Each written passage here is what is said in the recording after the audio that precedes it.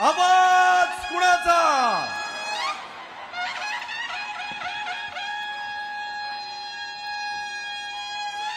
छत्रपती शिवाजी महाराज की जय भवानी, जय भवानी। हिंदू हृदय सम्राट बाळासाहेब ठाकरे यांचा, धर्मवीर आनंद दिघे साहेबांचा,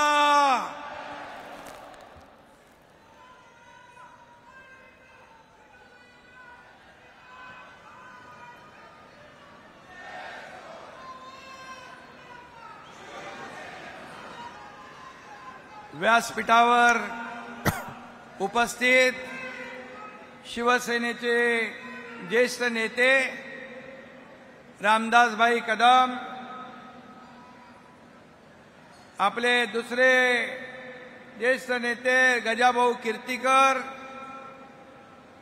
शिवसेनेचे नेते आनंदराव अडसूळजी, व्यासपीठावरील सर्व उपस्थित अन्य नेते, माझे सहकारी मंत्री, खासदार, आमदार, सर्व शिवसेनेचे पदाधिकारी आणि उपस्थित सर्व जिल्हा प्रमुख आणि सर्व कार्यकर्ते, पदाधिकारी, शिवसैनिक, बांधव, भगिनी आणि माझ्या तमाम लाडक्या बहिणींनो, लाडक्या भावांनो,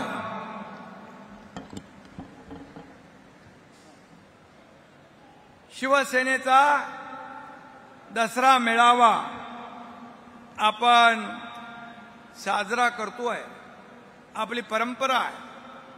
परंतु यावेळेस बळीराजा संकटात आहे, त्यामुळे यंदाचा दसरा मेळावा आपण ठरवलं की मराठवाड्यामध्ये अन्य अनेक ठिकाणी आपला बळीराजा संकटात आहे, आपत्ती आहे, आणि म्हणून अशा परिस्थितीमध्ये ज्या ज्या ठिकाणी पूर परिस्थिती निर्माण झाली आहे त्या त्या ठिकाणच्या पदाधिकारी आणि कार्यकर्त्यांना मी सांगितलं, तुम्ही आपापल्या भागात शेतकऱ्यांना, बळीराजाला मदतीचा हात देण्यासाठी तिकडे थांबा, त्यांचा दसरा तुम्ही साजरा करा, आणि आपण मुंबई आणि ठाण्यापुरता हा दसरा मेळावा मर्यादित केला।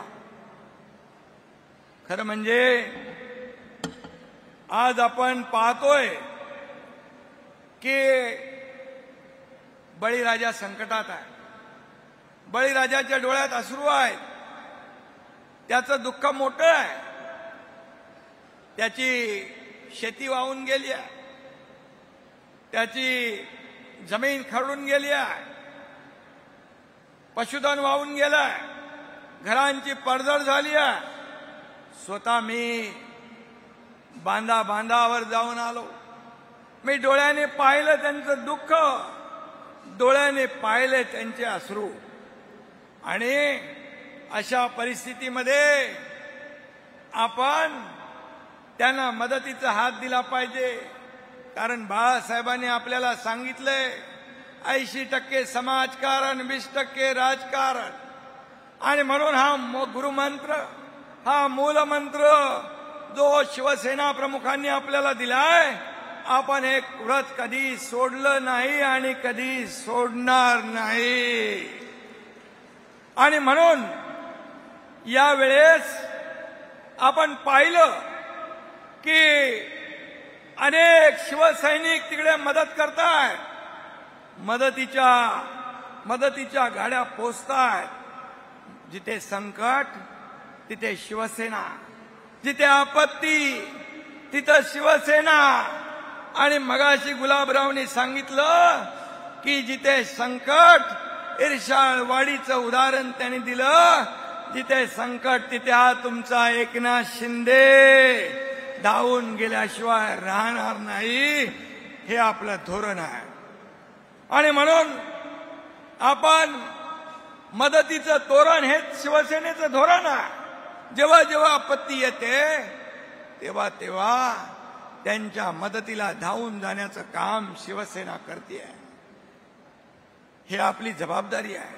खरं म्हणजे महापुरामुळे बळीराजा पूर्ण कोलमडून गेला आहे, परंतु आपण सर्व त्याच्या पाठीशी उभे आहोत। आपण त्याच्या मागे आहोत, सरकार त्याच्या मागे आहे आणि म्हणून कुठल्याही अटी शर्ती सगळ्या बाजूला ठेवून यावेळेस मंत्रिमंडळात देखील मुख्यमंत्री महोदय आम्ही सगळ्यांनी ठरवलंय की कुठल्याही परिस्थितीमध्ये बळीराजाला आपण मदतीचा हात, त्याला आधार दिला पाहिजे।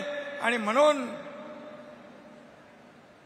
जे काही या परिस्थितीमध्ये संकट मोठं आहे, लोक आम्हाला सांगत होती अनेक वर्ष आम्ही कधी एवढा पाऊस पाहिला नाही, अनेक वर्षात कधी एवढं संकट आम्ही पाहिलं नाही, सगळं सगळं सगळं सगळं उद्ध्वस्त झालंय।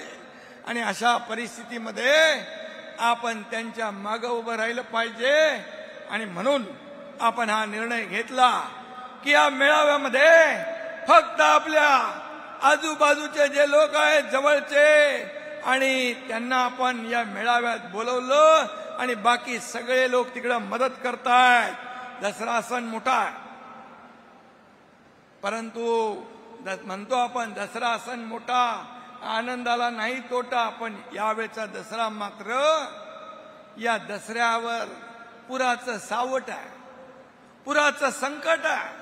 आणि अशा परिस्थितीमध्ये आपल्या बळीराजा, आपला अन्नदाता, त्याच्या मागे उभं राहण्याचं काम शिवसेना करते आहे।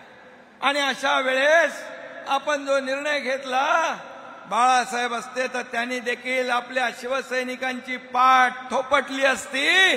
हा निर्णय घेतला आपण हा बळीराजाच्या हितासाठी, बळीराजाला वाचवण्यासाठी।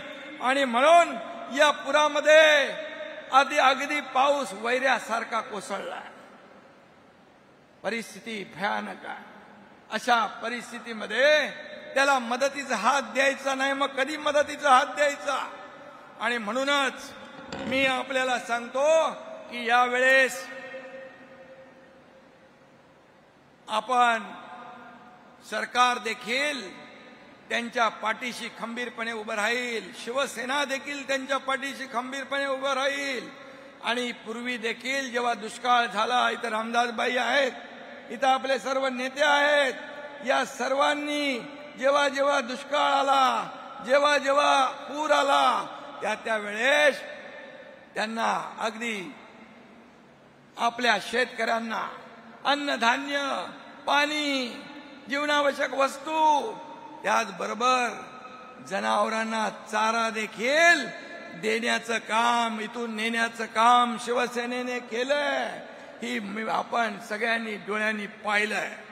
आणि म्हणून माझ्या लाडक्या शेतकऱ्यांना, माझ्या शेतकरी बांधव भगिनींना एवढंच माझं विनंती आहे की तुम्ही धीर सोडू नका। तुमचे भाऊ इकडे आहेत, धीर सोडू नका, टोकाचं पाऊल उचलू नका।